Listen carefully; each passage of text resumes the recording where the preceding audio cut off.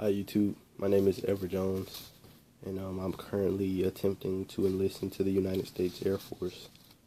And this is my first video of hopefully a long series in my process of enlisting. And I'm just gonna basically tell you exactly exactly what I've been through for the past about 2 months. So I'll just start from the beginning. I started enlisting into the Air Force about a month ago. I graduated high school on June 7th, and I proceeded to enlist probably June 10th. That's when I started talking to my recruiter. Oh, I lied. July. I started talking to my recruiter in July. Today is August 10th, so it's been about a month. From talking to my recruiter, she immediately scheduled me to take my Asvab and MEPS. MEPS is the Military Entrance Processing Station, for people who don't know what that is. When you go to MEPS, basically, it's like a building. Well, for me, I live in Houston, so it's a building downtown, and basically you walk in, you see these metal detectors, and it's like a police precinct or something. I took an elevator to the second floor. Had a lot of people from different branches there. I guess it was like your first taste of military life. It felt like the military for me, and it was pretty cool. But off that, basically, the ASVAB is I don't want to say the end all be all, but in a roundabout way it is. You go in there and you have to take it seriously, because that'll be the determining factor in you enlisting into the military. So I went in there. We sat along a wall. They made it very specific. It was a Marine Corps guy telling us what to do, telling us to sit on the wall, grab a binder, fill it out, read it from cover to cover. He was very stern with it for whatever reason. And then we proceeded to do fingerprints and pictures. Made sure you had your social security card and your ID. It was very straightforward what you had to do. Went into the room, and you proceed to take your ASVAB. I personally scored a 63 on mine with no prior studying.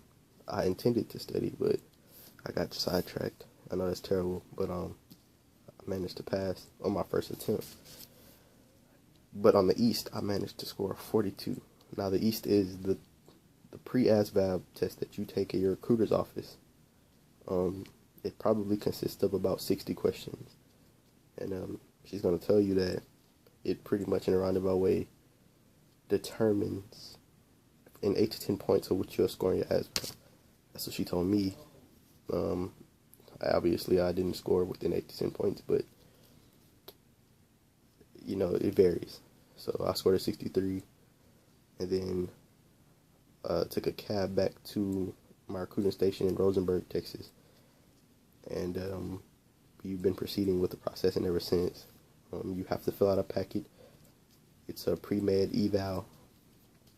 What that is you basically list on it your previous medical history, injuries, drug use, typical things.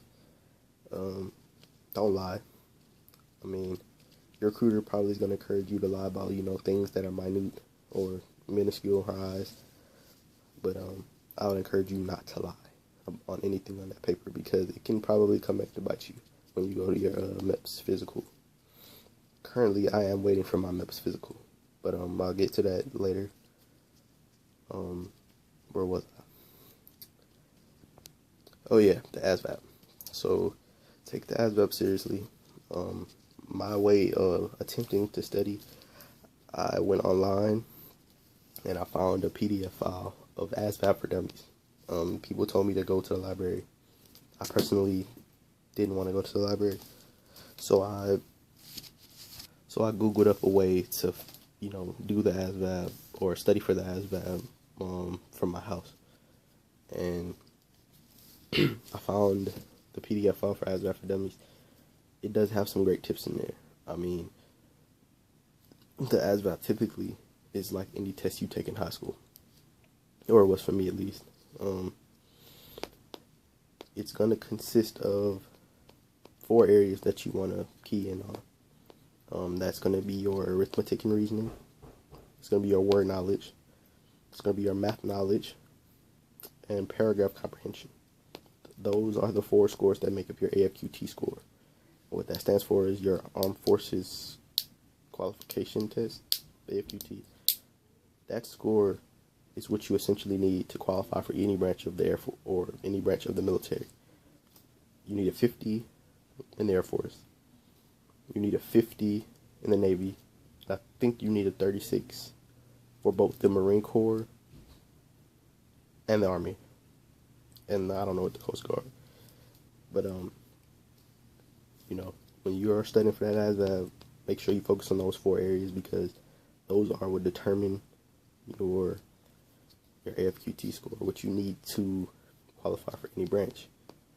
I hope I'm not skipping over anything that you might need as far as information goes. Currently, I am awaiting a physical at MEPS. I have been waiting now. She submitted my paperwork, because apparently my recruiter doesn't work on weekends. So she submitted my paperwork. Today is Sunday. She submitted my paperwork about a week ago. So on Monday, she submitted my paperwork to MEPS. And with that, what happens then is they have to review your paperwork to, they have to approve you for a further evaluation.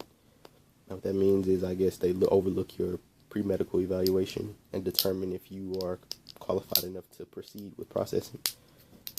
And the only ways that you can be determined pre-disqualified is if you have something that the military just deems, non-work-withable, if that's a word. I just invented a word just now. Non-work-withable. Just gonna rock with that for now. I've seen people get disqualified for eczema. There's a guy on here on YouTube, I cannot remember his name, but he documented his journey. He got pre-disqualified for eczema. You can get disqualified for, a broken bone, probably. It varies from person to person. Just be honest on your pre-medical evaluation. That's what I'm waiting to do right now to pursue processing. I'm waiting to hear back from MEPS. It's been a week. I'm going to keep making these videos documenting my journey. And, if you have any questions or comments, just, leave them down there and I'll try my best to answer them. I guess I'll see you next video.